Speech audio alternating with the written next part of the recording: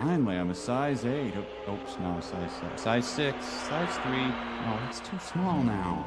Well, you chug 10 boxes of Slim Fast, that's what you can do.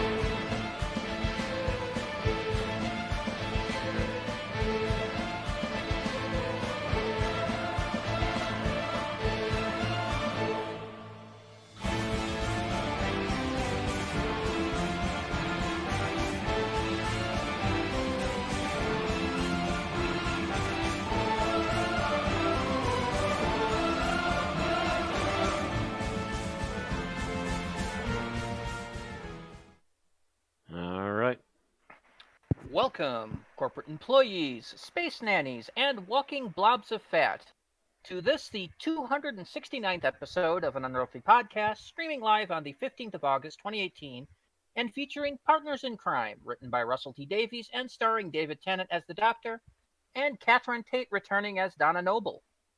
I am your host for this season, Randy Ronson McCulloch, and with me on the panel tonight is our technical director, Mad Matt Winchell. I'll admit it, I'm the one that didn't have the right tab. Tim the Enchanter Sheridan. Hey there. Bill Sylvia, the Man in Black, has returned from Bulgaria and will be joining us later tonight. He is just on his way home from work at the moment. And Thomas Fireheart will not be joining us tonight due to a lack of sleep, but has left us notes. So at least we got something. Yes. Yeah. By the way, Tim, you might want to recheck your news articles because I just realized Bill's probably not going to be here for the news and redid everybody's news again. Yay. For probably the third time today. All right, so on tonight's show is news and birthdays. I don't think we have any geek talk unless Bill has something to talk about he watched on the way back from Bulgaria. Actually, I think he said he had a couple things he was going to try and see. Okay. Well, so then we'll see. We'll see when he gets here. In Yeah. time. Yeah. And then our, and then I have an amusing little anecdote: the episode summary, episode review, final thoughts, and ratings. So let's go right into birthdays, and we have a few birthdays. Starting on the 9th of August with the birth of Roberta Tovey, who was Susan in Doctor Who and the Daleks. That is the movie version, what was it, AURP or something like that? Something like that. Yeah, she turned 65. Now, she was also Susan for both movies, by the way. She was? Yes. I wasn't certain about that. She was Susan for both of them. It was the character for Barbara that kept getting swapped between the movies. Okay.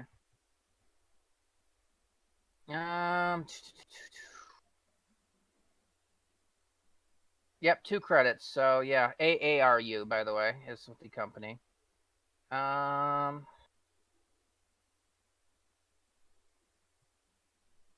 and Daleks Invasion Earth. Yep, same person. Mm-hmm. And moving on to the 10th of August, we have the birthday of Kate O'Mara, who played the Ronnie in 1986 and 87. She would have been 79, but died in 2014 at the age of 74. I remember that was a big hoorah when that happened, because she was just about to be in Big Finish, and they had to replace her at the last minute.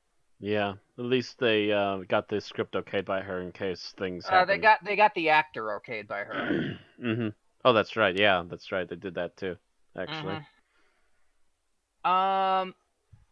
Moving on to the 11th of August is the birthday of Ron Grainer, the composer in 1963, the creator of the Doctor Who theme. Would have been 96, but died in 1981 at 58. The guy that actually wrote down and gave it to Delia to figure out how she could do anything with it, and then knocked his socks off. Yeah.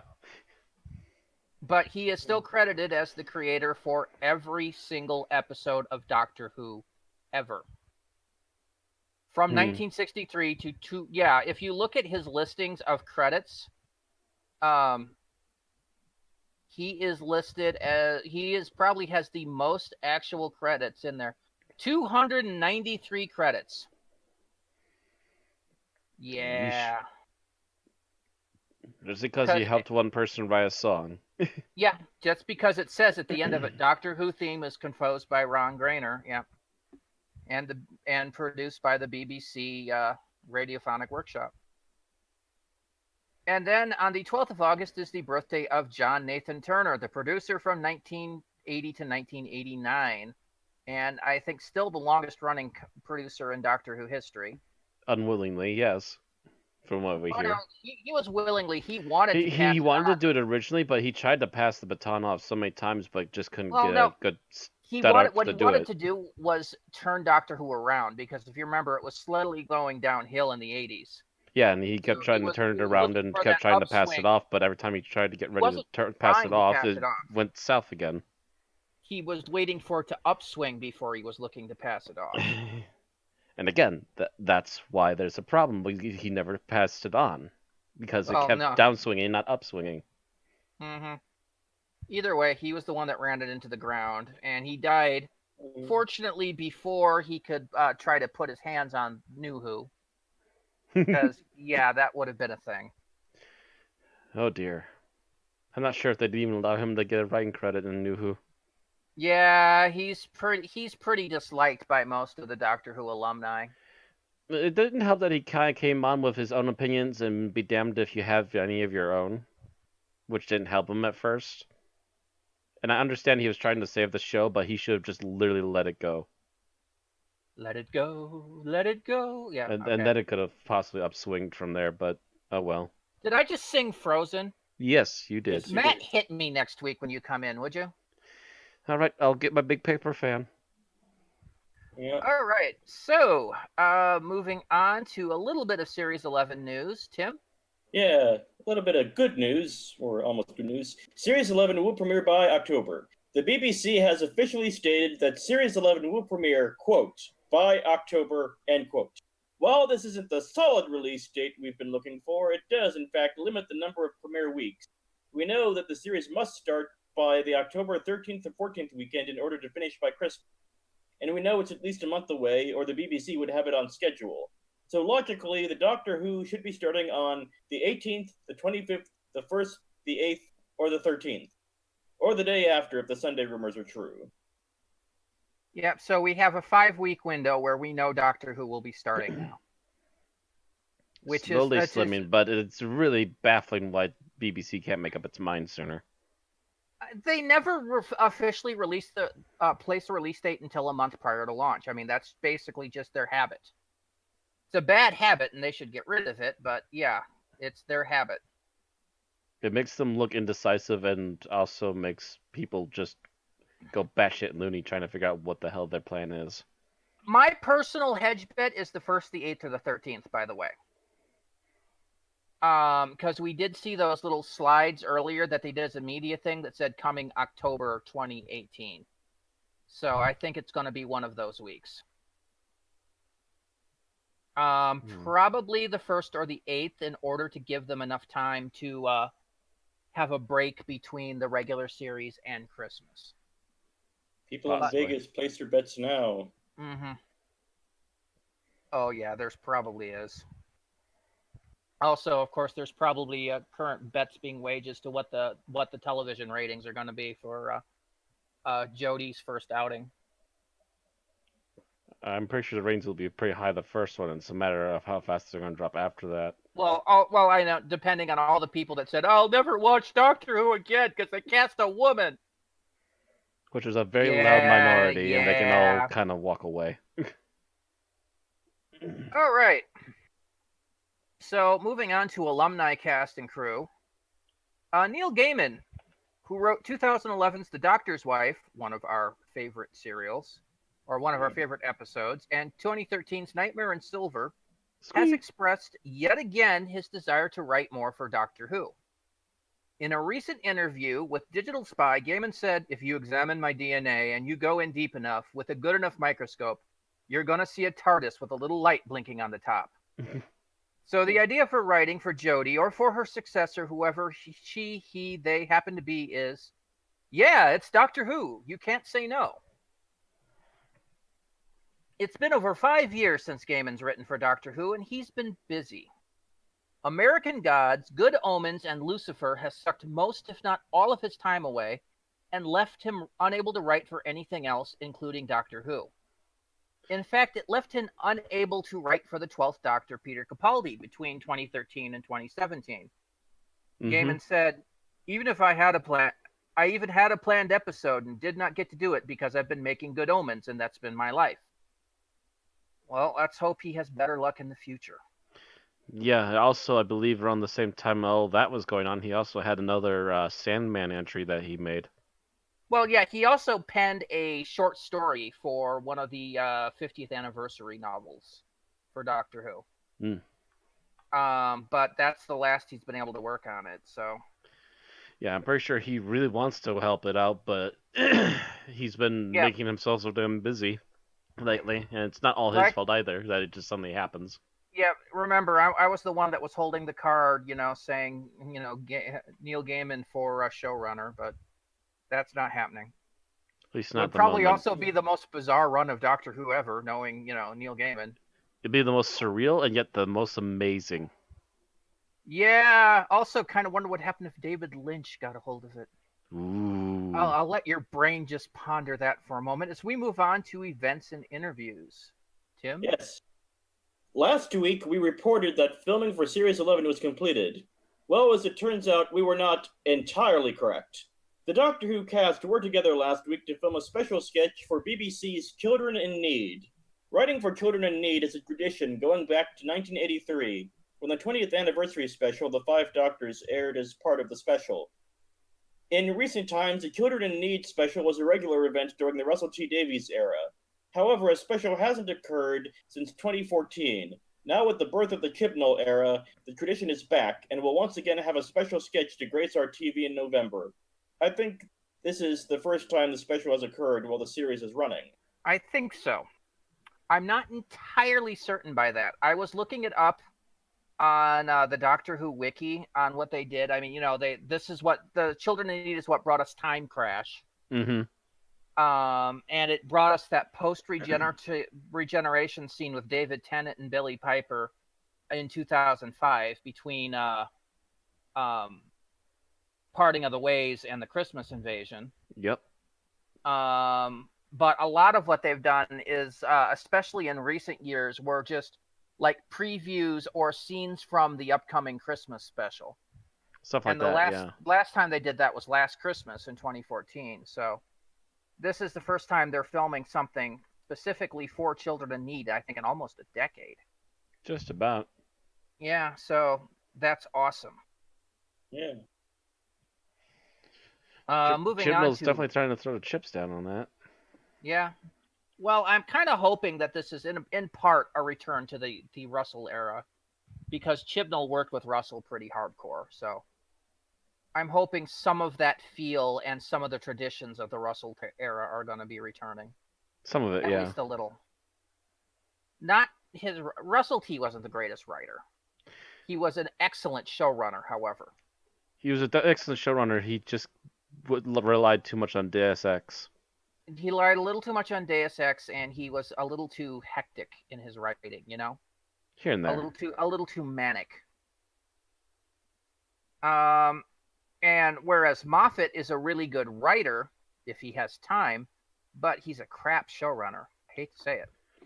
He's great with the hype and the media hype, but he's bad with the day-to-day There's also production points where work. it's questionable whether or not he's a good writer either. I think he's a it's good writer when he has time. Yeah, if he has time. If he's trying to hammer something out with 2 weeks notice, no, he's not going to do it. It's awful. Or it'll yeah. be crap. Yeah. Anyway, moving on to the book world, which we haven't had news from in a while. Candy Jar Books broke its recent silence, announcing a new book in the Lethbridge Stewart series. In Lethbridge Stewart, scary monsters and alien contagion spreads terror across the globe. The Brigadier is injured. An international manhunt is underway, and Professor Travers is involved. Scary Monsters is now available for pre-order from the Candy Jar Books website. And Travers hasn't been involved in quite a while. So that's all we know about that. This is going to take us into our Big Finish news, of which we have quite a bit. Yep. So Tim's Speaking gonna of be people who for... stopped being quiet this week. Just So need to refresh my browser.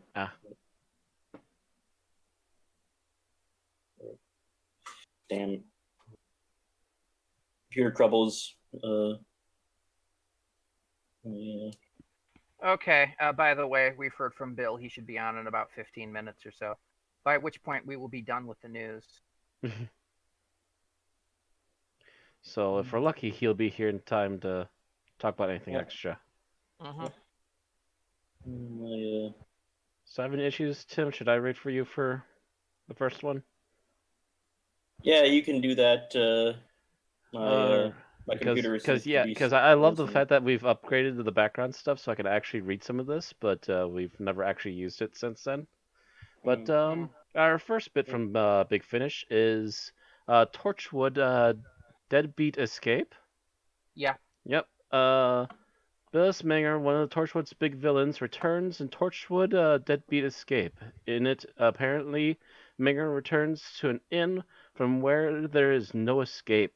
Torchwood Deadbeat Escape is available now from Big Finish website for £9.99 CD or £7.99 download. I would say Deadbeat Escape sounds like something Captain Jack would do. Right? Well, the thing is, I listened to the trailer for this, and I listened to there's really nothing else to say about it. Literally, their bit for this is, "Hello, welcome to the something or something lodge. I'm Billis Manger, and we have one room left." And then he proceeds to read this guy a story, like a children's story, while he's screaming in regret or agony or something. It's really like psychotic weird. Which in of itself is not far away from Torchwood stuff, so it could be interesting.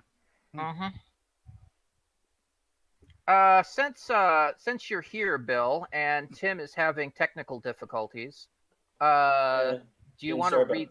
Take over Big Finish? Yeah, take over Big Finish. Okay. The latest main range episode is out, featuring the 7th Doctor, Mel, and Ace. In Red Planets, the crew arrive in an alternate 1961 London, which is part of the Socialist Republic of Mokosia. Ooh. Ace feels this is all wrong, but Mel feels this is, well, correct. What is true and what caused this? Red Planets is available now from Big Finish for £14.99 CD / $12.99 download. Yeah. Dun, dun, dun. Yeah, I'm not sure what's up with that. Does that mean Mel may not really be Mel? But maybe Communist Mel? Mel from another dimension? Ooh. Does that mean she screams in Russian? Mel the Marxist? Finally, out today is the 11th Doctor Chronicles. Jacob Dudman narrates this 4-story set, including The Calendar Man by A.K. Benedict, The Top of the Tree by Simon Guerrier, The Light Keepers by Roy Gill, and False Coronets by Alice Cavender. The 11th Doctor Chronicles is available from the Big Finish website for £23 CD, £20 download. Yeah, these are the ones I don't pay that much attention to because they're basically just narrated stories. They're books on tape. Right, yeah, they're not... As opposed to the full-on dramas. Yeah. These are the ones for the doctors that, for whatever reason, they are not yet using. Well, either not yet using or using very sparsely, like David Tennant, who's probably just very busy. Well, no, they do them for they don't do them for their key doctors. They're the doctors that have been around since the beginning. Right. Yeah, 5, 6, 7, and 8 don't have those. For just 9, 10, and 11 so far, right? No, they've had them for 1st, 2nd, 3rd, and I think 4th. So yeah, they've done it for both New Who and the classic early Doctors. Huh. Yeah. Either way, I see Chronicles, I zone out. Anyway, that is the What's Out Now news, and then we have a couple of coming soon announcements. Basically, one giant article with 2 announcements. Yeah, like a page and a half on Word of coming soon. Longer. Yes. Well, that's one of them. There's a huge quote thing by Nicholas Briggs in the second article. All right. It was 20 years ago, 5 years before New Who was announced, that Big Finish first got its feet wet in the world of Doctor Who with Sirens of Time, featuring the 5th, 6th, and 7th Doctors. Since then, they've gone on to make over 240 main range titles and numerous spin-offs and sidelines. To celebrate this historic benchmark, Big Finish is releasing the new adventures. What? It's not the new adventures? No, just the new adventures. They still they'll just wait till they're like 30th or 40th or 50th. Eventually they'll get enough news. Right. 4 stories are planned for this, featuring the 7th Doctor and based on the Virgin Books novels, and featuring novel-era companions Roz Forrester, played by Yasmin Bannerman. That name's familiar, but I don't remember from what. And Chris Quedge, played by Travis Oliver. Stories Not sure include... if it's Oliver or Olivier. You can never tell. True. Stories include The Trial of a Time Machine by Andy Lane, Vanguard by Steve Jordan, The Jabari Countdown by Alan Flanagan, and The Dread of Night by Tim Foley.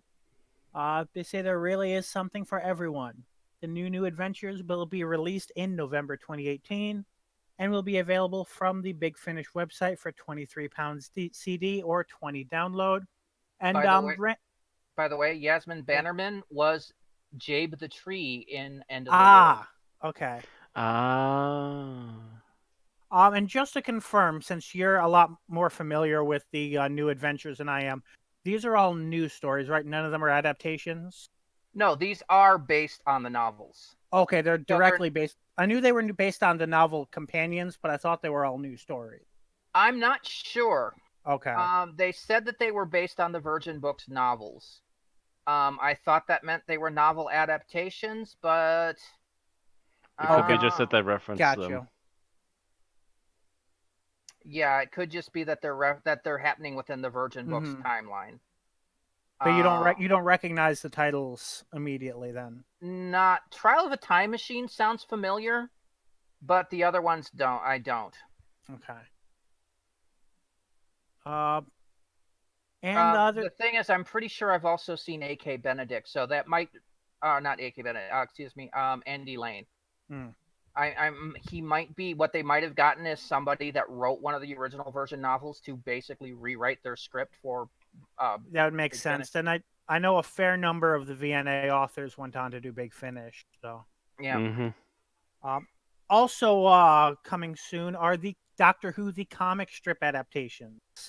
Announced at the same time, Big Finish will be doing special adaptations of the 4th Doctor era comic strips from the early days of Doctor Who magazine, or should we say, at the time, Doctor Who Weekly. Doctor Who the comic strip adaptations is planned to be released in March 2019 and stars Tom Baker as the Doctor. Episodes include Doctor Who and the Iron Legion, adapted by Alan Barnes, and Doctor Who and the Star Beast, also adapted by Alan Barnes. Now, those are definitely adapted by, meaning they did not contact the original strip people. Director Nicholas Briggs says these 4th Doctor comic strip adaptations have a whole different feel to them. It's like they're from a parallel universe vision of Doctor Who. Tom Baker spotted it straight away, emailing me the moment he'd read The Iron Legion, commenting that this was a bit different, actually typing different in capitals. But he rose manfully to the challenge and entered into the spirit of it all wonderfully. And that spirit is that they are essentially wackier. There's a feeling of we could do anything because there are no budget restrictions in the original comic strips.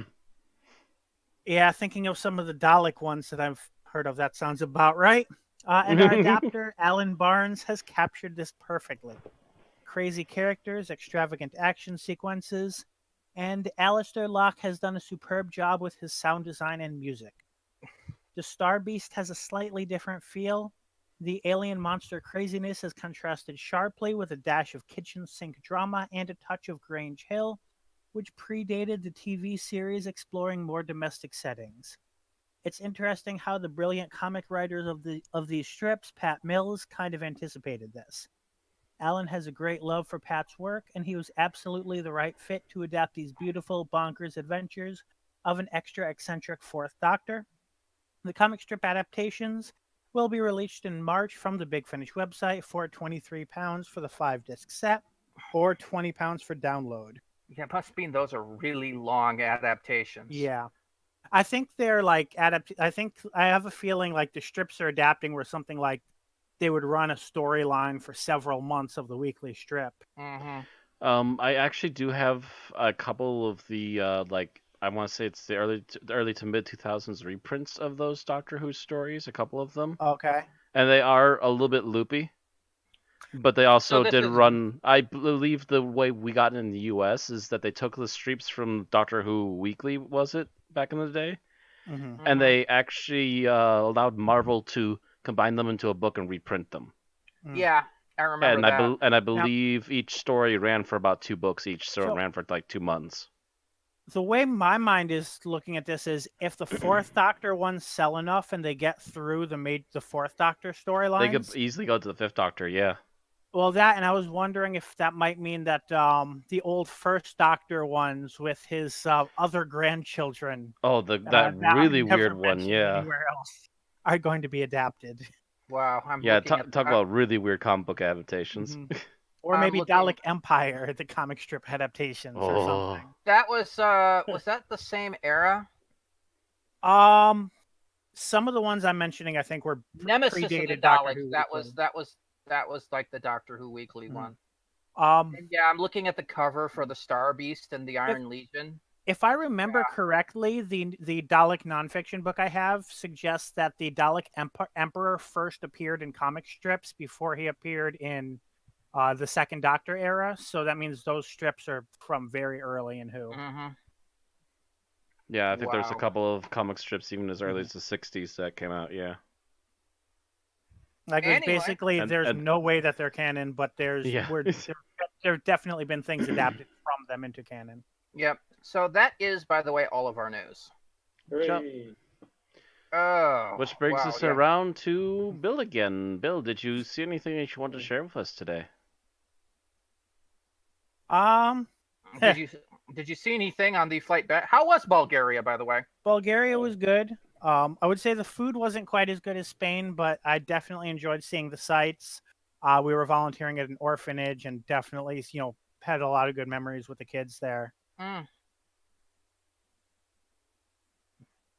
Any problems with the language barrier? I mean, there definitely was a language barrier, but I don't think there was any real drama caused by it. We exchanged, there was at least one, and anytime we were together as a large group, there was at least one interpreter with us. Okay. So basically, that interpreter was busy unless he was in his hotel room because his name was being called every 5 seconds. At least the main one that was with us all week, his name was being called every 5 seconds. So I ended up making him a card and having everyone in our group sign it, like, thank you for putting up with all of our shit for a week and a half. So where were you in Bulgaria, by the way? We were in Vratsa, which is said to be the poorest region in all of Europe. Hmm. Wow. Where is that in Bulgaria, by the way?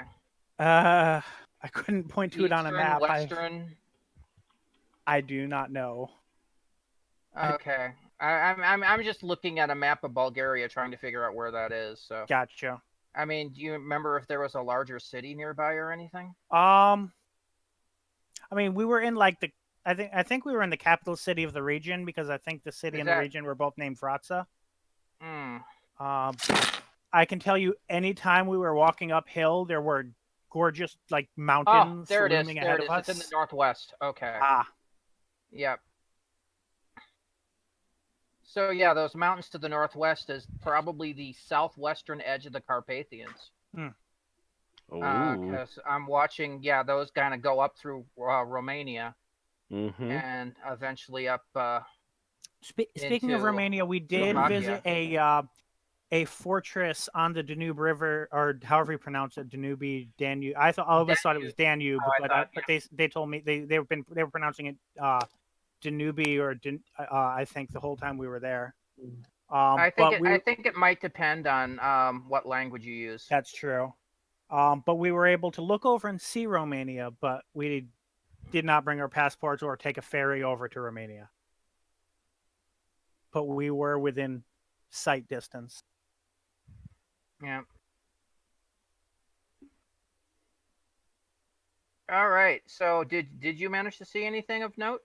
on the trip over I don't or know back? how noteworthy. I saw the Lego Batman movie, which felt like a 2-hour Robot Chicken sketch. Oh, I love the Lego Batman movie. That's not a derogatory statement. That's just a general feeling statement. It was funny. I enjoyed it. I do. I mean, I also enjoy Robot Chicken. I'm just saying, if it felt like it was written by the same people. I also watched Disaster Artist. Oh yeah. Which of course gave me the urge to want to rewatch The Room, but of course. Go tear me apart, Disaster Artist. What else did I watch? I finally watched Logan. You hadn't watched Logan before? I had not watched Logan. No, I really haven't been keeping up with most of the X-Men universe movies. Yeah, but Logan was one you had to watch.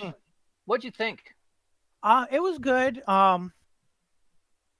It didn't really blow me away, but it was good. I thought it was good. I thought the acting on it was just top notch. And like I said, it's not a happy movie. Right. It is not a movie that you're going to go through with joy, but I think it's more like the whole concept, like anytime there's the concept of humanity was evolving but then stopped and there are no more mutants, that kind of takes me out of it because it just doesn't make sense to me. It does. Well, actually, it does in a way. Like it's one. I mean, I think humanity stopped evolving. It just said that the mutants stopped, which means that basically evolution kind of went, nope, dead end. Which is not how evolution works. It has before. After all, we are not directly descended from the Neanderthals. The Neanderthals was an evolutionary dead end. But as far as I know, the dominant theory is that they were wiped out by other species of human, not that they just stopped existing magically. But yeah, I mean, may come be. But yeah, I did like it. I wouldn't say like top 5 comic book movies or anything, but I liked it.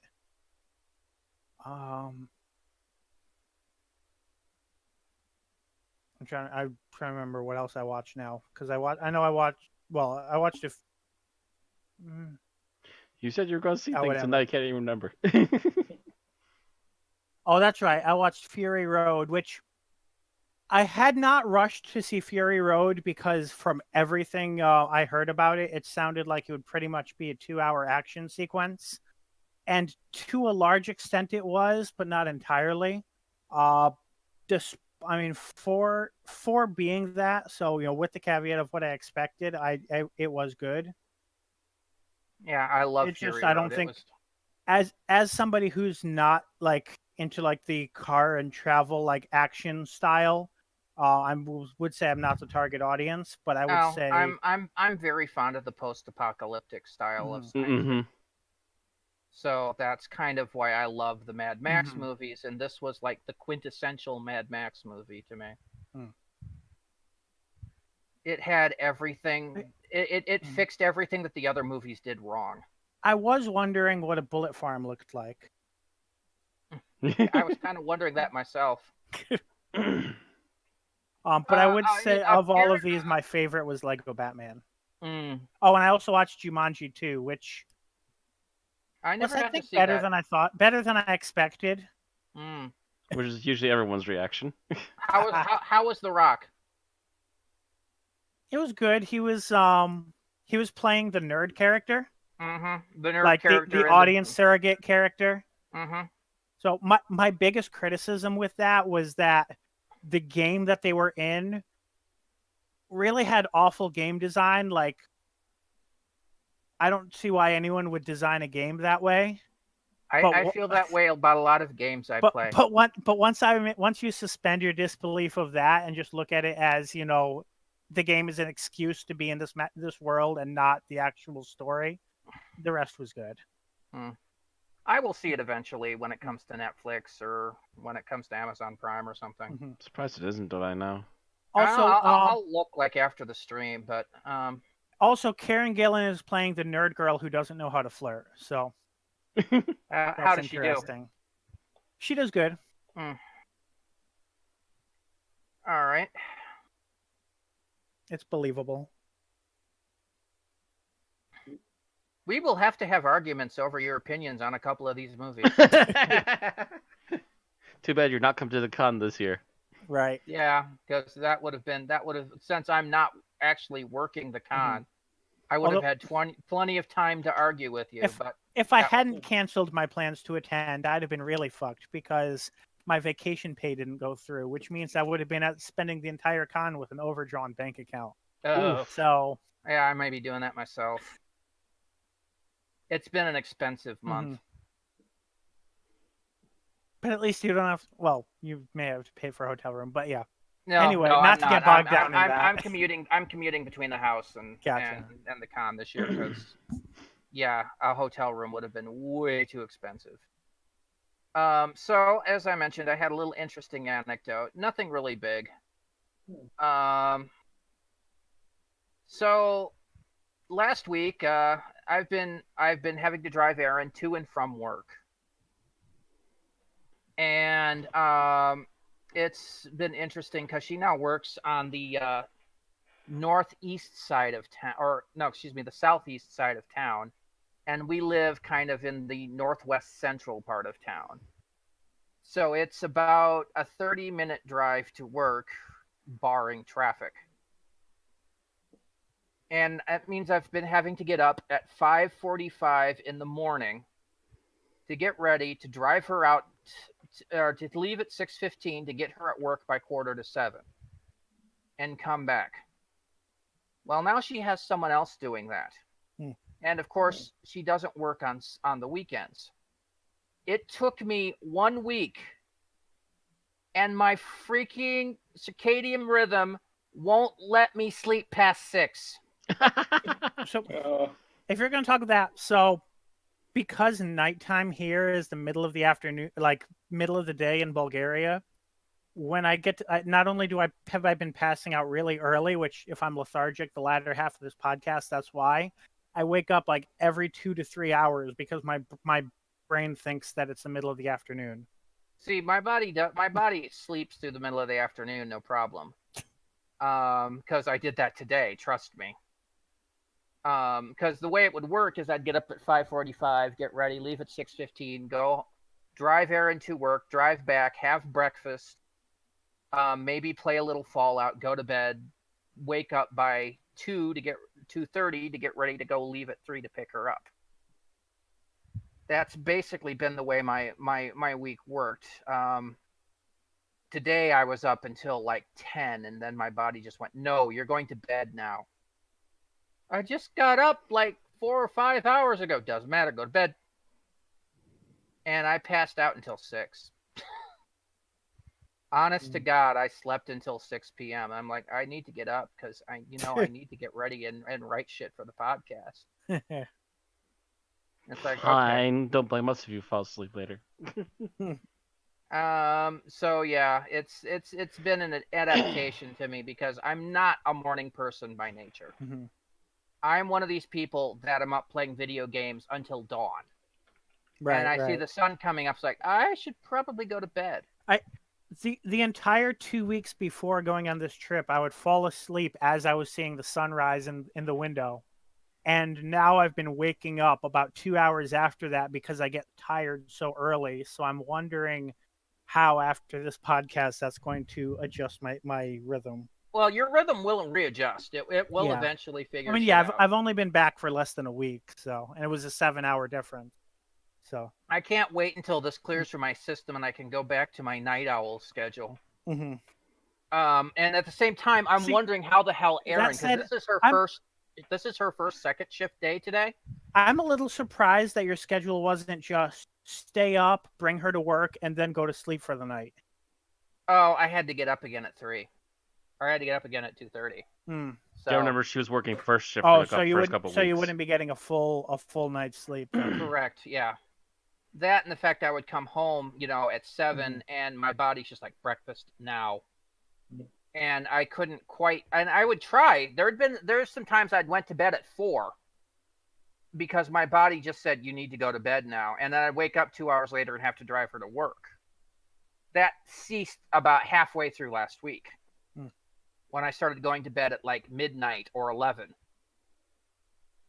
But I'm wondering how Erin's dealing with it today, because she went to bed at like frickin' 9 or 10 last night. She's like, I'm feeling tired. I'm going to bed. I'm like, you realize you have to get up, or you realize you have to work until midnight tomorrow, right? That means That means it's going to be at least 12:30 before you get home, if not 1 or 2, or not, 1 or 2 by the time you're able to go to bed. Yeah, I'm suspecting she's going to come home. It's like, I want to sleep now. She'll probably get more than a murmur out of her. She just flops into bed. Or just crash in the chair. I don't know, but yeah. But another thing is, we've been going to Target a lot recently because she never goes to Metcalf's anymore. Because, screw them. Mm-hmm. We yesterday we celebrated her getting moved to second shift permanently. We went out to our favorite Mexican restaurant on the east side, Pedro's. You remember Pedro's, Matt? Yep.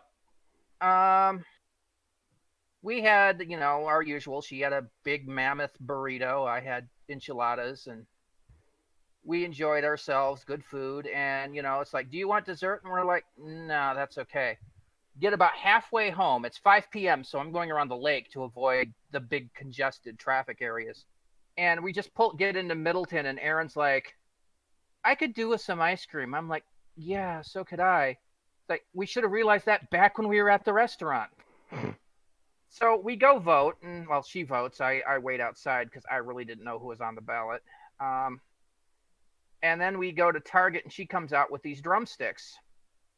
Well, after that, I go and I have a nap because I didn't sleep too well that day. And she comes out, and it's like, I'm going to bed pretty soon. It's like, yeah, I might come out and have one of those drumsticks. She's like, I've already had 2. It's like, they've been in the house, 2 hours? 3? And you've already eaten 2 of those. And you think I have an eating problem. Yeah, and she's like, yes, if there's ice cream in the house, I will probably eat it. Pot calling kettle. Okay, so that's kind of our geek talk, our little rant section. Let's move on to the actual episode. Who wants to do the summary? More like a ramble section, but sure. Stopwatch is ready. Who did it last time? I think it was me. I did it the last time I was here. Which was like 2 weeks ago. So you got to remember, there's less of us now. Bill and Randy are off the hook. Then I say, so I guess it's between you and me, Tim. All right. You want to flip for it? All right. I'm flipping the coin now. I'll call it. All right. Heads. It is heads. All right. I guess I'll go. All right. All right. So I got my little timer here ready, and you guys do realize I do have a random number generator right here, right? Yeah. Trying to remember now. How did this start? Okay.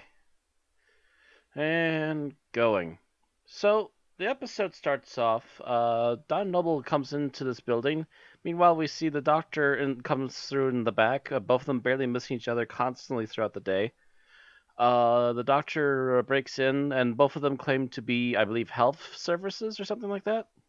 Health and safety. Health and safety services. Yeah. The doctor is in the back of a projection room while there's this company at this particular building is talking about this adipose pill, which should be a dietary supplement pill which helps remove fat. Meanwhile, Donna is actually in the crowd but is unnoticed with her back turned to the doctor. Both of them go into the offices, just barely missing each other. Both of them get printouts of names, barely missing each other again.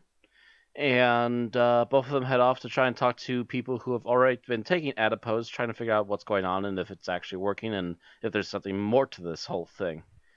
To which, as Donna is waiting on one of the people she was questioning, she has a necklace from visiting the event, and she twists essentially the lower half of a pill on the necklace, and suddenly the woman that she was talking with has a small blubbery white creature pop out of her. As this is happening, the Doctor has apparently some sort of tracker device on himself and is trying to seek down where the signal is going to.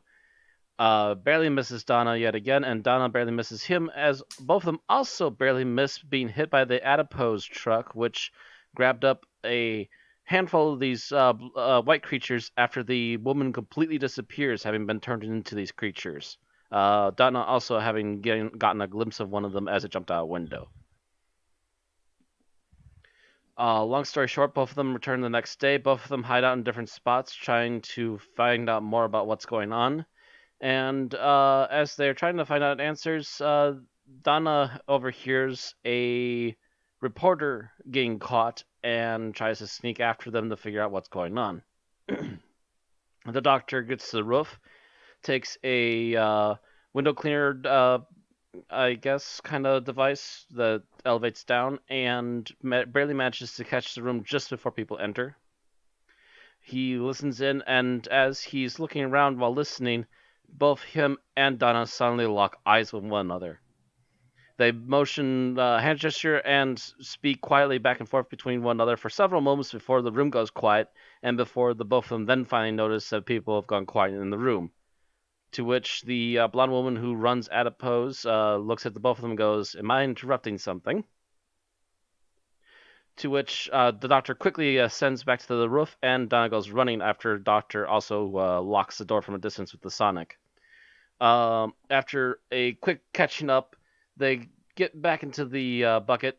They descend, barely manage to stop the woman from dropping them to the bottom, and break back into the building.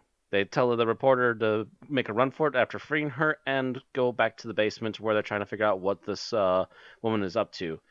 Apparently, she is an alien and is making the adipose, which are the names of these blubbery white things. And the adipose are children of a king and queen of a different alien race who just lost their, I believe it was breeding planet or something to that effect? Their nesting planet. And it's going to be a theme that happens throughout the rest of the season, as I recall. Plants disappearing. So as they're trying to figure this out, the nanny, as she refers to herself, decides to up the signal and turn everyone who's been taking the pill into adipose creatures. The Doctor barely manages to stop the signal from killing people in time, with thanks to help from Donna for having a secondary necklace, which helps stop the signal.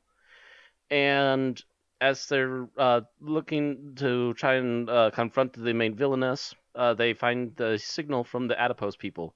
They have decided there's enough children, they're going to come picking them up, and as the signal is continuing through, it also mentions the fact that they realize that the nanny is a criminal, and that they're just going to pick her up and then drop her and kill her. The Doctor tries to convince her to come over to them, but she ignores them and scoffs at them before suddenly being dropped and left down to her death. After a bit back and forth, Donna was once again willing to come with the Doctor this time, and the Doctor, after getting through the decision that he doesn't want a significant other, he just wants a friend along with, they finally work through the dialect differences, and Donna finally decides to come along with the Doctor, and the Doctor helps her with her bags. And that's more or less the end. A little bit long, 5 minutes, 11 seconds. That and a phantom appearance by Rose. Skipping that because that's not important, at least not for this episode. It's When part was of that? It's notable, but it's very like important. It's like the last 2 minutes. It's part of the overarching series plotline. Along with the disappearing planets. Yep. I didn't even see that when I was rewatching today. Mhm. Wow. And I don't think I've ever seen that when watching through the season either. It's I should throw the episode that I watched after at talking you. to the Doctor, she goes to call her mother and because she has her mother's car keys. Okay. And she goes to leave them in a bin, and she stops this blonde woman and says, "Look, there'll be a lady coming along named Sylvia Noble. Tell her that it's that bin." And then she runs off to go, catch up with the Doctor. And then the blonde woman turns around, and it's Rose, and they play a little bit of Rose's theme, and A tense version of Rose's theme, yeah. I think all of those times that she appears like that throughout the season, except for in Turn Left, are moments when the audio cues tell me that it's okay for me to be looking away from the screen, and I'm multitasking because I always multitask Bill. when I watch a show like that. Bad. No, Bill. Pay attention. I rely on the audio cues to tell me when it's important No, to Bill. be looking at Bad. the screen or not. You're a bad reviewer. Look away. Well, mind you, I multitask when I watch these episodes all the time, but I've seen them all like 50 bazillion times. Mm-hmm. See, this one I've maybe seen 2 or 3 times before this. This one I decided I needed to do a little bit of recapping. I watched this one a little closer because I hadn't watched it But the in a fact that you while. keep missing that, Bill, is a definite sign that you need to pay more attention. Okay, so now we're going to go into our review, what we think about the episode. Matt, you are first. I got first in the draw. The thing I liked overall about this, oh my god, the companion and her family. Her mother not so much, but Donna Noble and her grandfather Wilf. Wilf. Yes. Wilf and Donna are just fantastic from moment one when they brought back. Well, yeah, it's not like, Sylvia we'd only really seen and the For a moment or two in the Runaway special, Bride yeah. for a scene, but we saw Donna that entire episode. And Wilf had only been in one scene too, but yeah, he loved it, and it's And that was, it's freaking Bernard Cribbins. The very previous episode, I believe.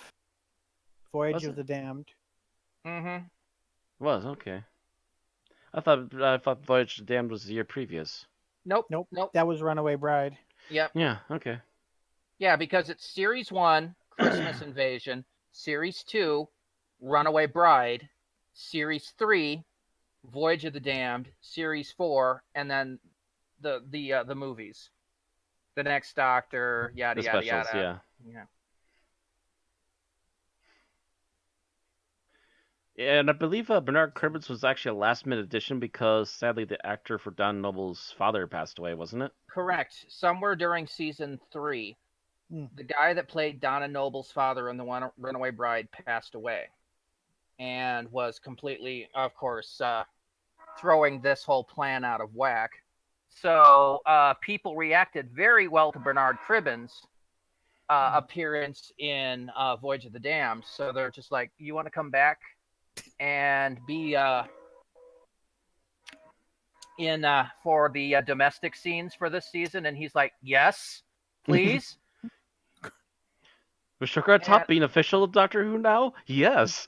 Let me. I'm sure that happened with the End of Time too. They're just writing and someone's like, but Wilf, and they're like, well, but Wilf. Okay, Wilf. We'll just let it be Wilf. Why? Because Wilf is awesome. That's why. Because Bernard Cribbins is an amazing man. We never got to see Wilf in 12. That's such a shame. That would have been awesome. Amazing. All right. So, Bill, how about you? What did you like? I liked the way this set up a completely different type of arc. Basically, at the beginning of this episode, Donna is at the end of Rose's arc because Rose's arc was to be able to do what the Doctor does on her own. Like she was learning to be the to be an investigator, to be a Sarah Jane, etc. And she's also kind of at the end of Martha's arc in that she's not trying to shtup the Doctor. So she has this whole other arc of, being able to deal with everything her mother puts upon her. In a way that lets her be a fresh companion, because I think if it was just the same arc over and over again, it would have just gotten really boring for people continuing to watch. But this just manages to take, the fact that it sets up she has an arc, but it's not at all going to be the arc that we've seen with the past two companions. Okay. Yeah. At the same time, she's kind of pulling a Sarah Jane too. Yeah. She's out investigating on her own. Right. Mm-hmm. And that's kind of awesome. It's already showing that she's improved herself. Oh yeah, well yeah. I mean that was the thing in in Runaway Bride. She was a complete and total bitch. And Most I of the mean time, they made her a bitch to be humorous, but yeah, she was just a bitch. And that's what happens when you take the person whose best known character is Lauren Cooper and make her into a companion. Lauren Cooper or Nan. For a one-off companion. I don't yeah. think Nan was the thing just yet. She had started it. Ah. But yeah, it was. And really, if you look at it, this really started David Tennant and Catherine Tate as a team act. Mm-hmm. Something that they are still doing pretty much to this day. Yeah. I mean, not constantly, but they had already done a short special and an episode-length special, but yeah, this kind of solidified it. Yeah, but I mean, even now, if you look at them, it's like what was it? A couple years ago, they did Shakespeare at the Royal Shakespearean Theater, and they're doing a Big Finish box set soon. Yeah, or I don't know if it's recorded yet. But that's still them doing the Doctor and Donna Noble. Mm-hmm. I'm talking now, even when it's not the Doctor and Donna Noble, it's like Shakespeare at the Royal Shakespearean Theater. Yeah. Hosted by David Tennant and Catherine Tate. And it's not something you would have expected Catherine Tate to do before this, but yeah. They basically are like a hosting duo. They maintain a very good friend relationship, so cool. Mm-hmm. All right, Tim. I just loved the little baby adipose in this scene, in this episode. So their design, their animation, their facial expressions, everything about them was just fantastic. Yeah, they were real adorable. I wanted the merchandising thing had these little adipose stress ball things. Oh yeah. I always wanted one of those, never got one. I remember the first time I saw this episode, I kept speculating on what the adults looked like. Yeah, I still wonder that myself. I was wondering that when I was rewatching it. You never see the adult adipose. You always just see the little baby ones. I've always wondered what a full-grown adipose looks like. From what I hear, there was an adult one planned in that cantina scene. When was that? End of time? Yeah, the end of time. There was supposed to be an adult adipose that was supposed to just be the small ones blown up, but I think they couldn't afford the effect. Instead, they just used another small one. Mm-hmm. Yeah, they used a couple more small ones, so they just added the adipose in digitally or again. Maybe they decided the effect didn't look right in that setting then if they did use the small ones. Yeah, because, you think about it. Why would a tiny adipose be at this cantina? Right. What adult is going to let their babies walk around in a bar? Unless the adipose actually don't change at all. Unless that's the new seating planet. That's what they called it, wasn't the seating planet. You go into the bathroom and an adipose pops out. And if it was the new seating planet, why the hell would Captain Jack be hanging around there? But yes, those adipose are absolutely adorable. Oh God, I just realized Captain Jack could make like an infinite source of adipose because they just absorb his body, then he would come back to life, and then would repeat. He if they what would happen if they did that complete conversion? Where the entire body is turned into fat. Mm-hmm. How would you come back from that? Yeah, I think that'd be actually one of the few things that could kill him. That's the whole thing about that form of immortality is how the frack would that work? Anyway, Thomas loved the whole Doctor and Donna barely missing each other at the start thing. It could have easily been done horribly or come off as silly, but they made it work. And the payoff of them reuniting being executed so well makes it worth it. Yes, those scenes were amazing. Mm-hmm. The where they're mouthing at each other, yeah, that's yeah. You. And the thing is, you can see perfectly what they're saying. Yeah. At least for most of it, until Donna starts making a whole bunch of gestures and the crazy things. Yeah. I mean, you can see the doctor's even struggling to keep up after a moment. I recognized spiders, but after that, Yeah. I don't know. I mean, I was watching this, it's like, Donna? Doctor? Oh my God! I'm reading all of this perfectly, and then it's like, then she gets into babble. Then she gets to charades, and the doctor's like, "What?" Yeah. That's like the doctor's like, "What are you doing here? Looking for you. For me? Me? Why?" Babble, babble, babble, babble, babble. Spiders, yada, yada, yada, yada. Looking around for you. Because of these guys. And then also it's like, oh, wait. So, yeah, mine kind of is relating to a bunch of yours, and that's really the Doctor and Donna's interaction through the entire episode. It's just unbelievable, great, absolutely felt perfect.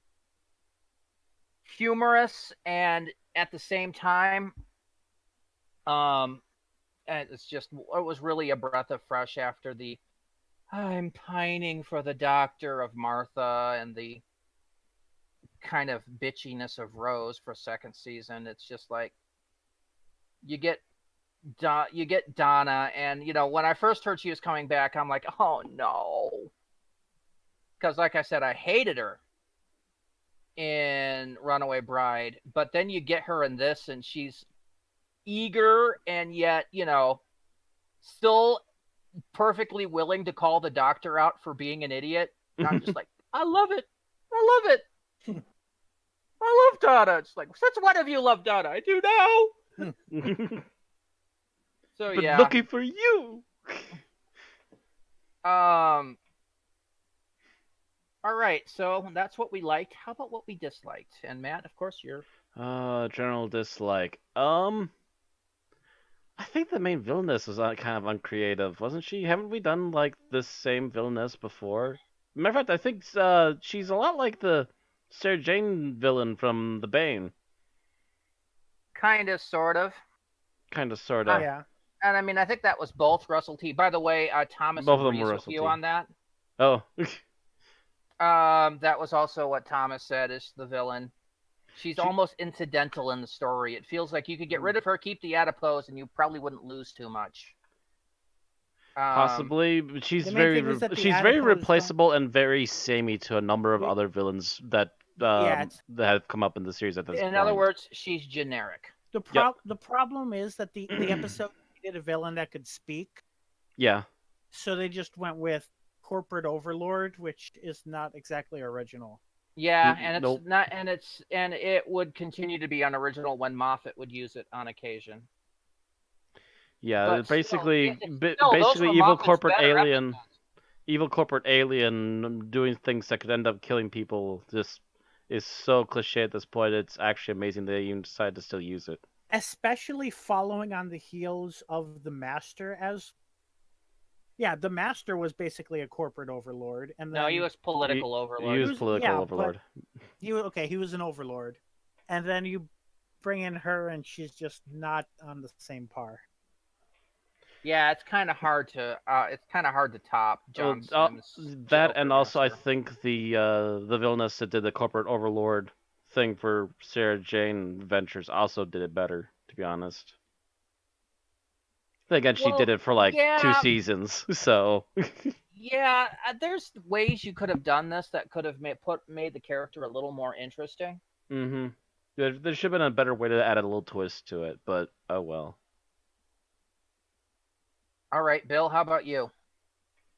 I had something in mind, and then by the time I got home, I am trying to remember. I mean, I will say I feel like Donna's motivation of just I'm looking for the doctor was massively underwhelming. I don't remember if that's what I was planning to say, but that's definitely a pick of this episode that it feels like they wrote themselves into a corner as to why Donna was doing this, and it seems like a lot to go through to be looking for the doctor. Well, the thing is, otherwise, how the hell else are you going to find the doctor? Crop circle. Nah, that won't get him. that didn't happen yet, but Not this doctor, Yeah, at least. yeah. Let's not go into that particular episode, Bill. no, yeah, That we'll was be a here all night. shit episode. One of the worst. Let's not say we did. Okay. I can't believe you freaking brought up freaking Series 6. God Go sit damn in it, the Bill. corner, Bill. Bill, we're going to reprimand you when we're at the con again. Oh, yeah, that's going to be at least a year and some. No, we'll verbally reprimand him when we do the show at the con. Cause bad, Bill, bad. That said, I won't miss next year because I plan to be visiting UW-Madison and checking out the psych department. So Yeah, I'll and need if to you be there. decide to go here, that means that you're going to be here every year. mhm. Hell, if we could get if we could get freaking Matt into town at that point, we should consider renting a studio.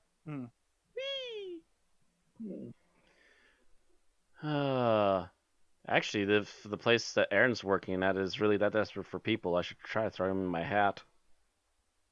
Might actually get me out of town too.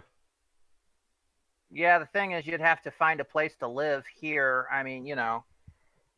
I would probably have to find a place relatively close to there as well. Yeah. Yeah, because you're not going to be able to commute from where you are to there. At least not as much. No.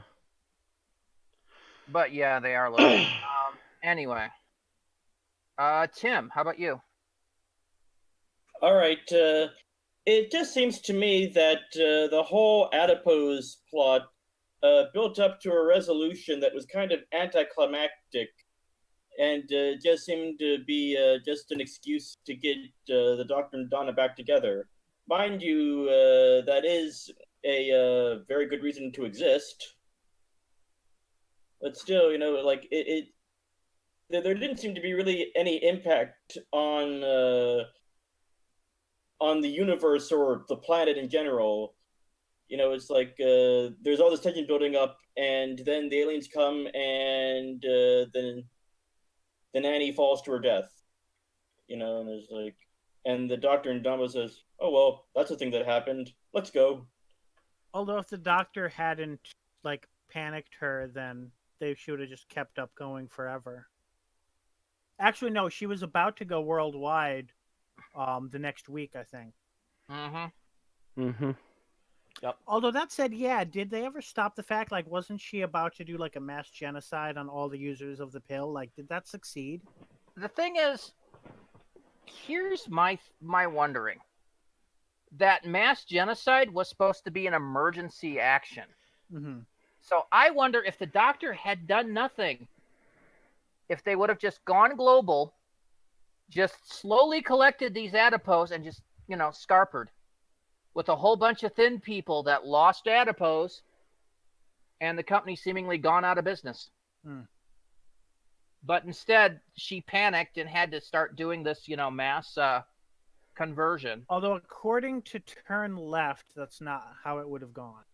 According to Turn Left, well, Turn Left had some other changes, which I'll talk about when it's my turn.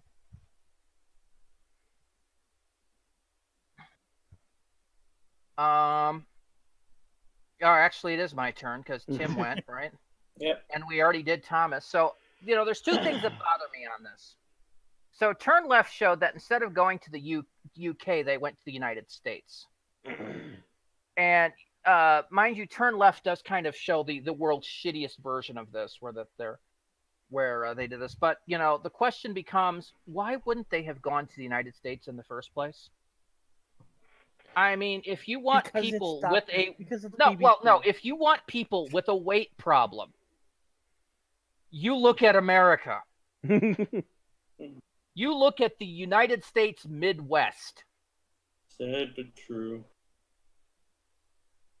So, you know, instead of London, you would have thought that, you know, to choose their starting thing, they would have chosen like Chicago or St. Louis. Somewhere in the beefeater belt of the United States. And Why? you know Because there's a lot of fat people here. I know I'm one of them. I was going to say there's probably more CDC regulation, but no, actually, I think the EU has more regulation on medication than the United States does. Yup. So that's not even an argument. Yeah. Mhm. The fact that they're even based in Britain at all in this version, it makes no sense. Yeah, yes, of course they did it writing-wise because it's Doctor Who, and Donna is from England.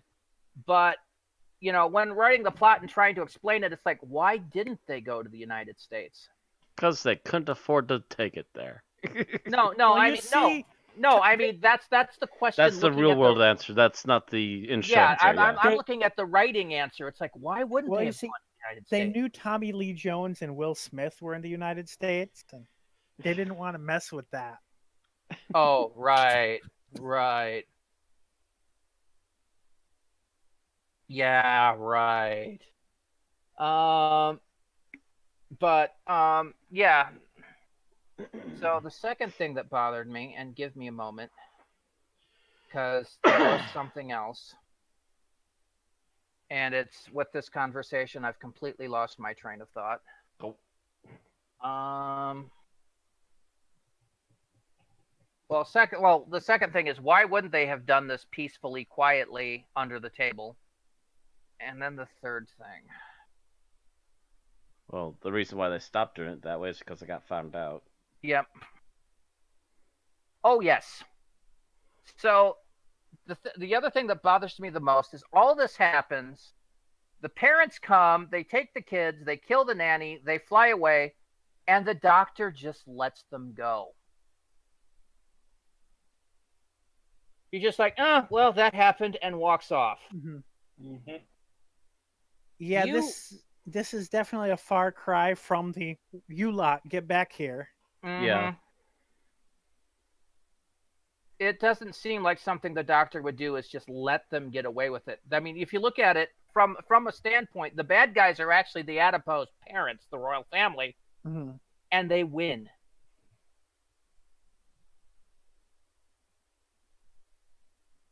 Pretty much. And that's kind of a kind of feeling when you think about it. The doctor, they win because the doctor just goes, eh. At the same time, I wonder how much the Apo's parents had control over where this woman decided to do the whole thing. Yeah, but I mean, it's still kind of a. But it's still kind of garbage. They knew that the doctor they knew didn't do what was something going wrong. on was a crime, and they then thus disposed of her to cover up the fact that they committed a crime. Yeah, True. if they had what's it called? Reasonable deniability, is that the term? Mm-hmm. But if Plausible deniability. Plausible deniability. Like if they were able to say, "Oh, we didn't know where she was going to go. It was out of our hands at that point," they would have just let her live and do it again. But they knew that, they would have some sort of blame if she spoke. So they took her out. Mm-hmm. Basically. But the thing is, what it boils down to is they basically used her. Mm-hmm. And it's just they get away with it. It just bothers me. But in that terms, it really seems like they would have come back again later in the season, but they never did. Yeah, and if they had, I could have dealt with that a little better. But no, you never hear about the Asphodels again in any other episode. It's just this was their one appearance, other than the brief appearance of the adipose and the end of time, just because they're cute. There might be a comic where they deal with it, but I have issues with that comic series, so I don't really know. Yeah, it's just kind of. All right, so favorite scene. Right. Favorite scene. Lots of really good ones to pick from, and there's actually a couple of really obvious ones. Yeah. Trying to go for a less obvious one. I'll go with the aha moment with the doctor and Donna in the basement. Charades? As I was just saying, in the basement. Charades had nothing to do with that. Oh. Well, you said aha moment. That's the only aha moment I knew about. Where the doctor is trying to stop the signal, and he's finally forced to talk to Donna, and he's like, I need another pill. I don't have another one of the necklace pills. Yeah. And she just dangles it in front of him. the "tell me what you need" scene. Mm-hmm. I have one problem with that scene. That's all this time of the essence, and he looks at that necklace for damn near a minute before reacting. Well, I That think it's is supposed to be true. technically multiple takes in the same second, but yeah.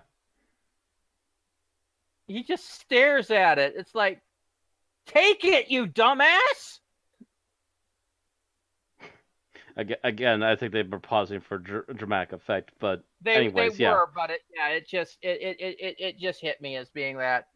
I was watching it today, and it's just like, God damn it, take it! You're in a hurry. But it was just an amusing aha. I have it too kind of moment in proving that Donna can be super useful. You're waiting for it to come too, because you know she has that necklace, and you know that's what he needs when they go. They've doubled it. It's like, so you need two. Donna, pull out your necklace, and it's just All right, Bill. Okay, so I'm going to go with the scene where the doctor and Donna are on the call center floor, just barely missing each other. As they're collecting the same information using the same cover story from two different people. The prairie dog scene? Yes. The printer's over there? Yes. Do I need a password for it? No. Is it filled with paper? Yes. Up, down, up, down. Yes. Yep. And then Donna takes the doctor's printout. Yes. That I love. And then the doctor has to come back to the lady he just passed on and go, hi. He just closed down when she tried to pass him a number. Yeah.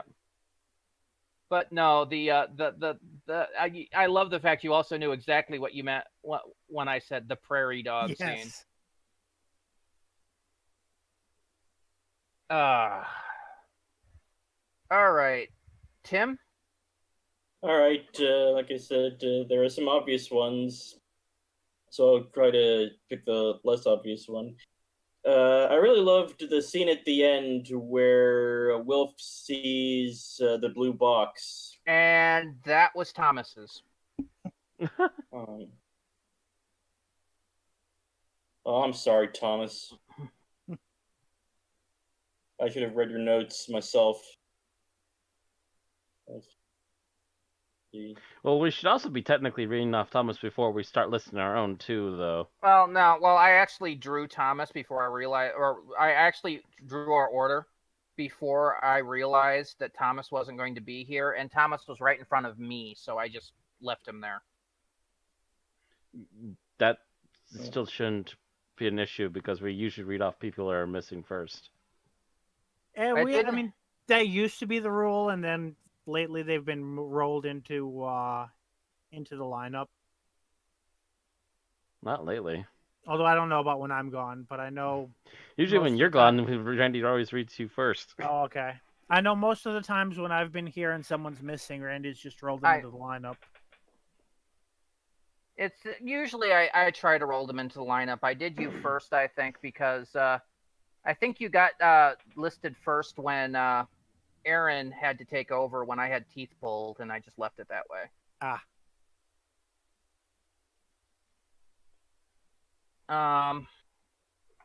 Yeah, I don't know if you noticed that, but I had dental work done the first week you were gone, so.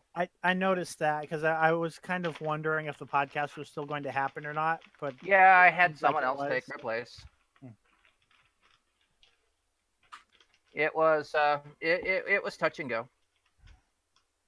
But you know, my theory is the show must go on. So the show went on, and I was able to actually make it. It just I was not talking much that day, or the day after. On the other hand, I'm talking fine now, and it healed fine. I didn't get dry socket or anything, so I'm good.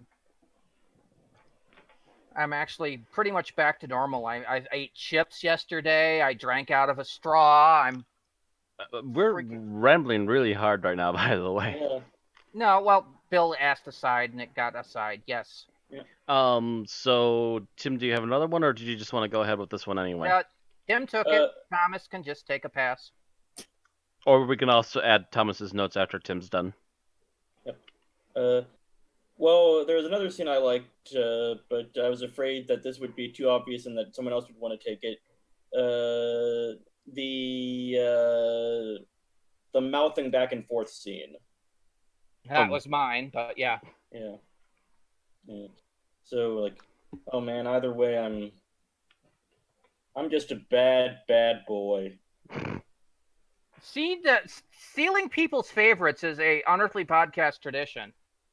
Tradition.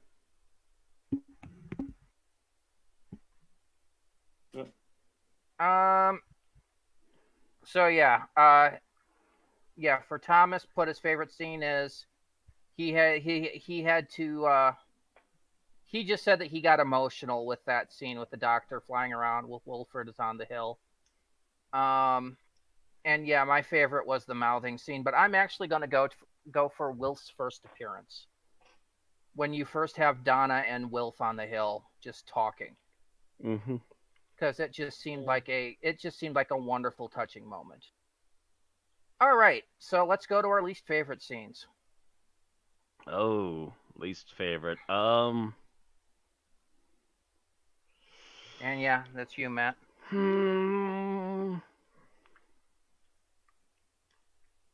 Don't want to take Thomas's, because I actually did see that one.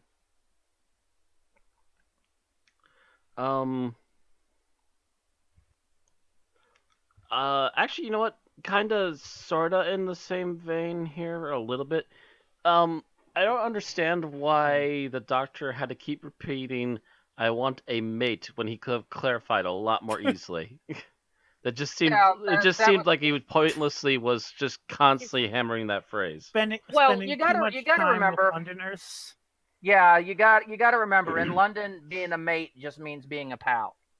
Yes, and I know that, but it's obvious that Donna's not taking it that way. Why did he just keep hammering it? Any doctor who had not spent so much time with Rose and Martha probably would have immediately found a synonym.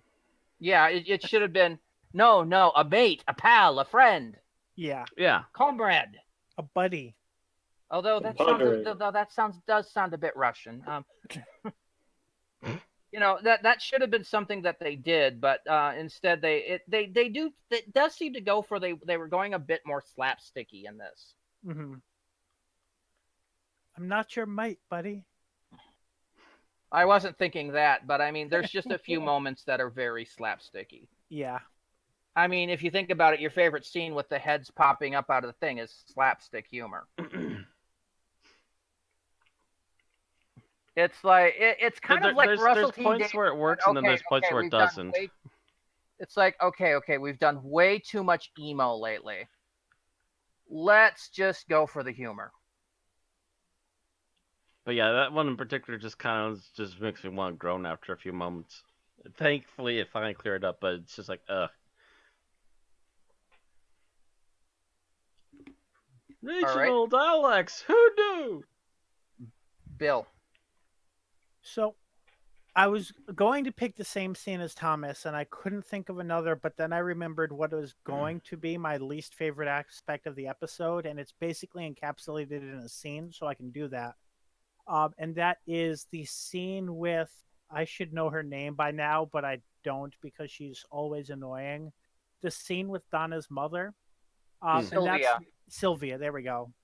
And that's mainly because at this point, the annoying, nagging mother trope of the companion's mother being that is just overdone. It's the exact opposite of what I liked about the arc, in that instead of being something new, it's just, oh yeah, a nagging mother who is annoying, and we haven't seen this plenty of times before already.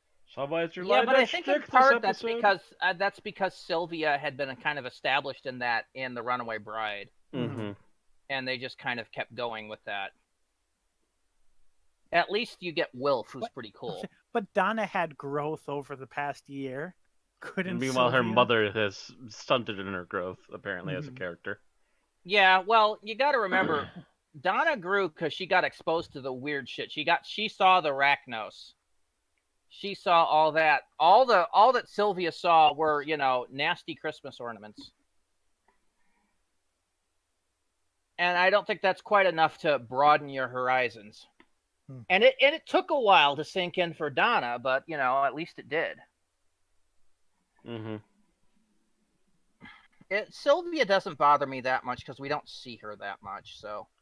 Yeah, and then when she does come back, she at least has other things to do other than whinge. Mm-hmm. All right. So Tim. Okay, my least favorite scene was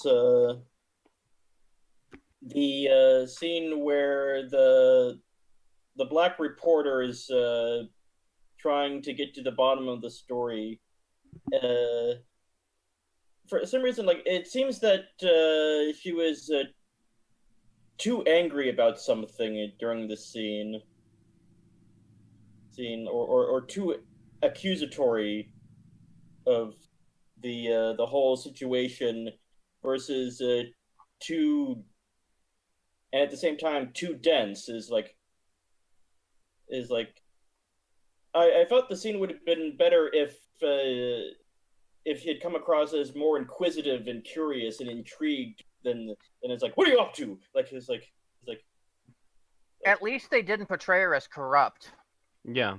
Yeah. All right, so I want 500,000 pounds, or this goes in all the newspapers. Because that was the way I could have really seen Russell T Davies doing it, and it's such a cliche, the corrupt news reporter wanting a bribe.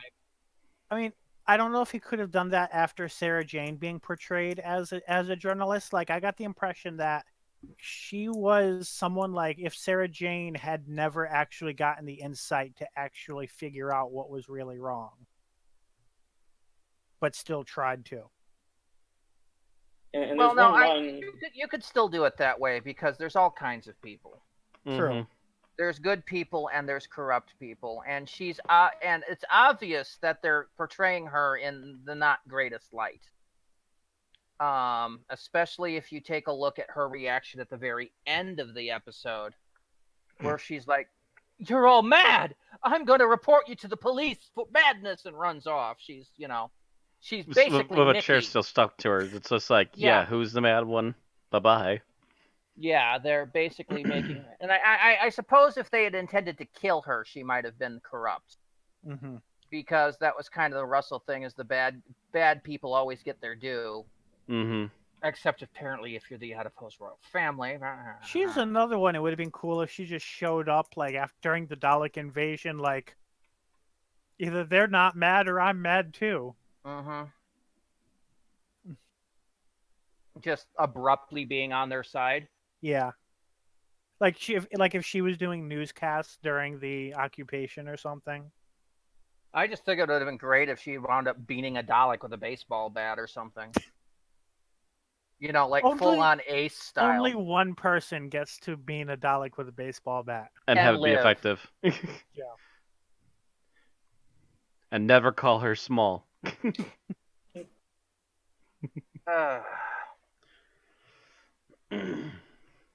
All right, who are we up to? Tim, were we?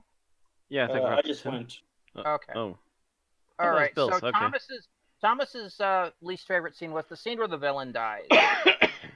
There's a brief point where she's just suspended in air after the tractor beam stops, and it's a bit too Looney Tunes. And Thomas is right, actually. Yeah. It's extremely Looney Tunes. She's holed up in the air for about 5 seconds before falling. And he's like, you could seriously put Wile E. Coyote audio over it. It wouldn't feel too out of place. Matt, you must do this.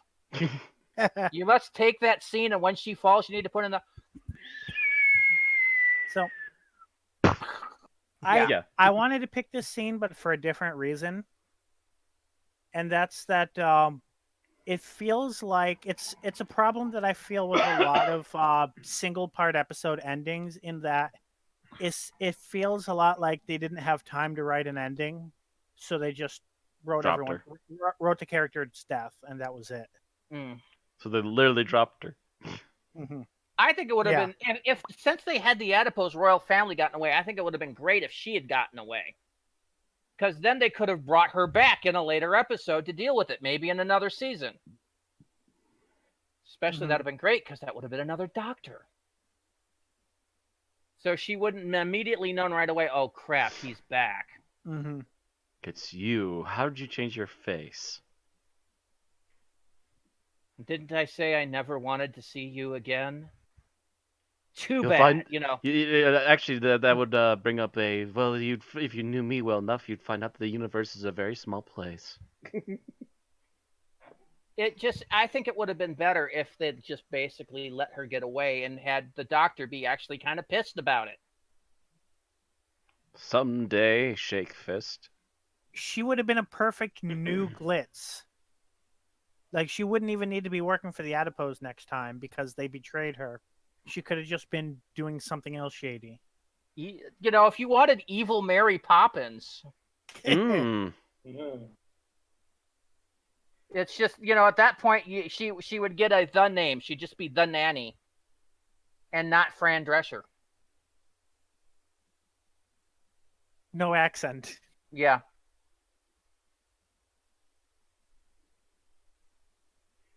But, you know, it would have been, you know, that would have made it something, you know, at least interesting. Instead of, well, you know, what we got. The one-sided boring character we got for this one, yeah. It would have been less one note. Yeah, but yeah, that Looney Tunes drop just got. I actually noticed that myself. All right, so my least favorite scene.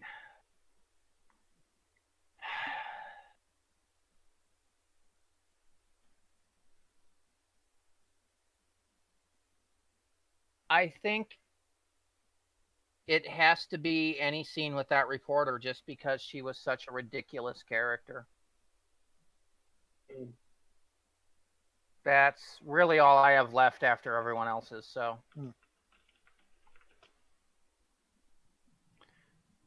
Trying to see if I can find a picture of that reporter. I'm just not seeing her. Yeah, I don't remember if she had a name. It's just the fact that she also is kind of out of the blue too. It's like you think they're tracking Donna, who was at the scene, and instead they corner the reporter. It's like the editor getting that terrorist, only less well done. Yeah, that's right. Yeah, that's pretty much the same red herring. Yeah. Yeah, it just kind of so many of these episodes just seem to be like bits and pieces taken from past episodes, especially when we do them in order. You might get the thing. I think this was the beginning of the point where Russell was starting to burn. Well, I think Russell was already burning before this, so yeah. I think at this point Russell already knew when he was going to leave, and David was thinking about it. Yep. I think Russell wanted to leave at the end of this series, actually, and they managed to convince him to hold on for the movies. Or at the very least, they both knew that they would not be around in 3 years. Or in I think 2 years. I think David didn't know for certain. He was thinking it. Mm-hmm. But wasn't quite ready. But Russell's just like, yeah, I'm done. I'm running. My well is running dry. All right. So final thoughts, Matt. You are first. Final thoughts. Some of this is a little bit glued together, and some of it is not the greatest. But the effects were solid, especially considering their age at this point. The acting effects from were adorable. And were adorable in some cases, yes. Excuse me. The acting was extremely good for at least the main cast. Some people were just doing what they could with what they were given. The others were really great with what they were doing, and including our main two, obviously already have a really good on-screen chemistry. The story is kind of forgettable, but the fact that it brings our main protagonists back together again and then ships them off for a season of future adventures is a really nice start. And all that said, it's No, it's pretty decent. It's pretty well done for the most part. All right. Bill? Okay, I would say this. It definitely sets a high bar for the fourth series, and it definitely changes the status quo more than anything else that had come in New Who up to that point. Nobody's trying to shag the Doctor, and we have a companion who seems to have pretty much figured out, the stuff that the Doctor does, and just has a personal growth arc to deal with. And of course, there's Wilf. Uh, So while there are definitely nitpicks to be had with the episode, it's, I think, a very good series starter. All right. Tim? I think where this episode really shines is the direction, especially dealing with the very complex editing and choreography of the whole setup of the Doctor and Donna keep missing each other throughout the things. Throughout the events, up to the perfect spot where they do finally come face to face. And that was also a good aspect of the writing, in that it wasn't allowed to grow too stale. And it was punctuated by other offset by other things that kept it from getting tired. That said, the things that needed work on this episode again were the whole raison d'etre of the episode. Was getting the Doctor and Donna back together, which was a great thing to do, but the plot of the aliens themselves could have been better handled, I think, or presented more impactfully. But I think this was an entertaining episode when all is said and done. All right. So, Thomas, overall, I enjoyed this episode a lot, if for nothing else, the reuniting of Donna and the Doctor. By no means is it going to blow anyone away, but it does the job it's required to do, and it's always nice to see Donna and Wilfred again. I wouldn't necessarily say people should go out of their way to watch this one, but I wouldn't tell people to skip it either. And I'm pretty much of the same mind. This episode was a bit of a breath of fresh air after especially after Voyage of the Damned, which was a very, very emo-driven episode. Mm-hmm.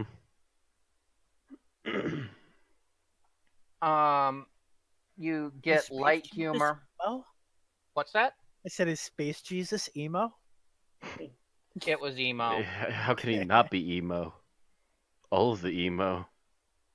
Watching the new companion character die and the Doctor having to deal with that, it was all pretty depressing.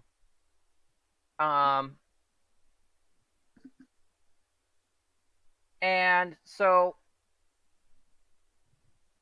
you get this, it's a breath of fresh air, it's light humor, it's fun, it's you just enjoy yourself with this one. And that's all I really have to say. You just enjoy it a little more. It has its problems, that's for certain, but it's not terrible. And it's not, unbelievable either, but it's at least fresh. And while some of it's, rehashing of other things, the feel of it is new.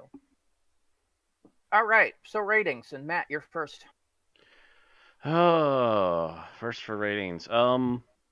Yeah, there's some nitpicks to be had, but I think they're only really nitpicks. There's enough of them, though, that they do kind of clash against it, so I will say it's a 4.5. 4.5 from Matt. Okay, Bill. So if this were a mid-season episode, it would be leaning just on the side of a 4.0. But since so many of its strengths are ones that are best as a season premiere, and that's what it is, it's going to get that slight needle bump that lets it swing toward 4.5. All right. Tim? I will stand with my fellows and say 4.5. 4.5. Okay. Yeah, for me, this is sitting right at that 4.25 level. Mm-hmm. It is pretty much. It has plenty of flaws. But it has some really good strengths. The Doctor and Donna, and then you've got Bernard Cribbins as Wilf. I'm going to say 4.5 on a slide up. And that gives it an average of 4.4. And did you say Thomas's out loud?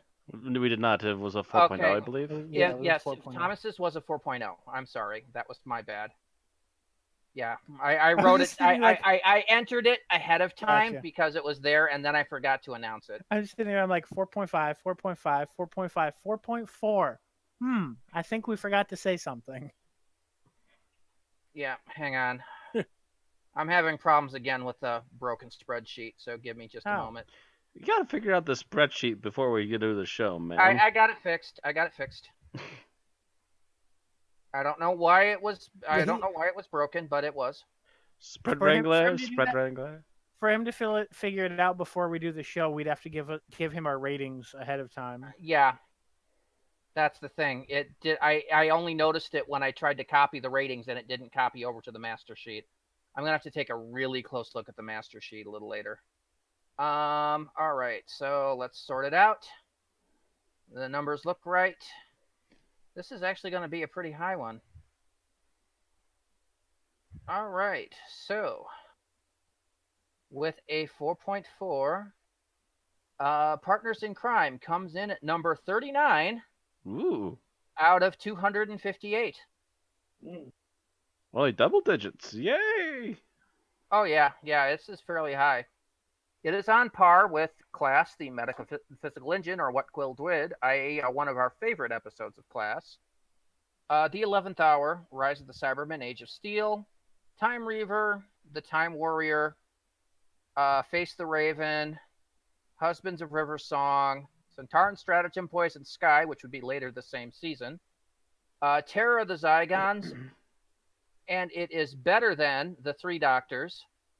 That says something. Nightmare in Silver, which we were mentioning earlier. The Ice Warriors, The Dalek Invasion of Earth, Web of Fear, Spearhead from Space, Waters of Mars, Ark in Space, 10th Planet, Unquiet Dead, The Rescue, etc. And is not as good as World Enough in Time, The Doctor Falls. Yeah, that's pretty high. Enlightenment, New Earth, The Zygon Invasion, The Zygon Inversion, Utopia, Here Comes the Drums, Last of the Time Lords. So there we go. The 39. Zygon duality is a really hard one to beat, too, to be honest. Yeah. 39 of 258, Partners in Crime. That's all we have to say about that. All right, take us out, Bill. All the best podcasts tell you to like and subscribe at the end. So I had to do a Lego Batman thing there. But yes, don't forget to like, subscribe, twitch.tv/Unearthly Podcast and on Unearthly Podcast on YouTube. You can also follow us on Facebook and Twitter for news and updates. And if you want to support us, you can go to patreon.com/Unearthly Podcast. All right, so next week, I take it we are not having next week. Matt said I'd for one would be liking a break so I can make sure everything gets packed up for the con. And I'm guessing Tim feels the same way. Yep, that'd be helpful. Okay. Okay. So we will not be having our regular Wednesday podcast next week. Instead, we will be there Saturday afternoon, I believe. Yep. Yes, that'll be. Live? I believe it's 3 until 4:30, or Yep. no? Live. Central. 3 o'clock Central Time. Yeah. Okay, and so that we will be live from GeekCon, hopefully, or if not, we will have that recording up on the internet as soon as we can after the convention. Which means I need to bring my camera. In which case, we will. Our main thing will be discussing season 11, what we know, who's I behind suggest it. making sure you're following Matt on Twitter. If you're not, just to keep update, so that way he can say if we're not able to stream. All right. Well, actually, what And we should do is send it to you so you can put it on the Unearthly's Twitter, actually. For anyone listening and that follows us there. Hi. And then we will be back at our regular time in 2 weeks, at which point we will be moving forward into the 11th Doctor era, resuming the companions' leavings and that, where we will pick up Rory, not the first time we see him, but the first time he actually comes on the TARDIS, in Vampires of Venice. Oh my. And I actually have to look this one up because I did not write this one down because I did not know for certain whether we would be streaming or not next week. In other news, the Doctor bursts out of a stripper cake. Yeah. Written by Toby Whithouse and, of course, starring Matt Smith as the Doctor, Karen Gillian as Amy Pond, and Arthur Darvill as Rory Williams. Ba-dum-bum-ba-dum. See you all next time. Yep. See you then. And I believe that's the last one of this companion's entry in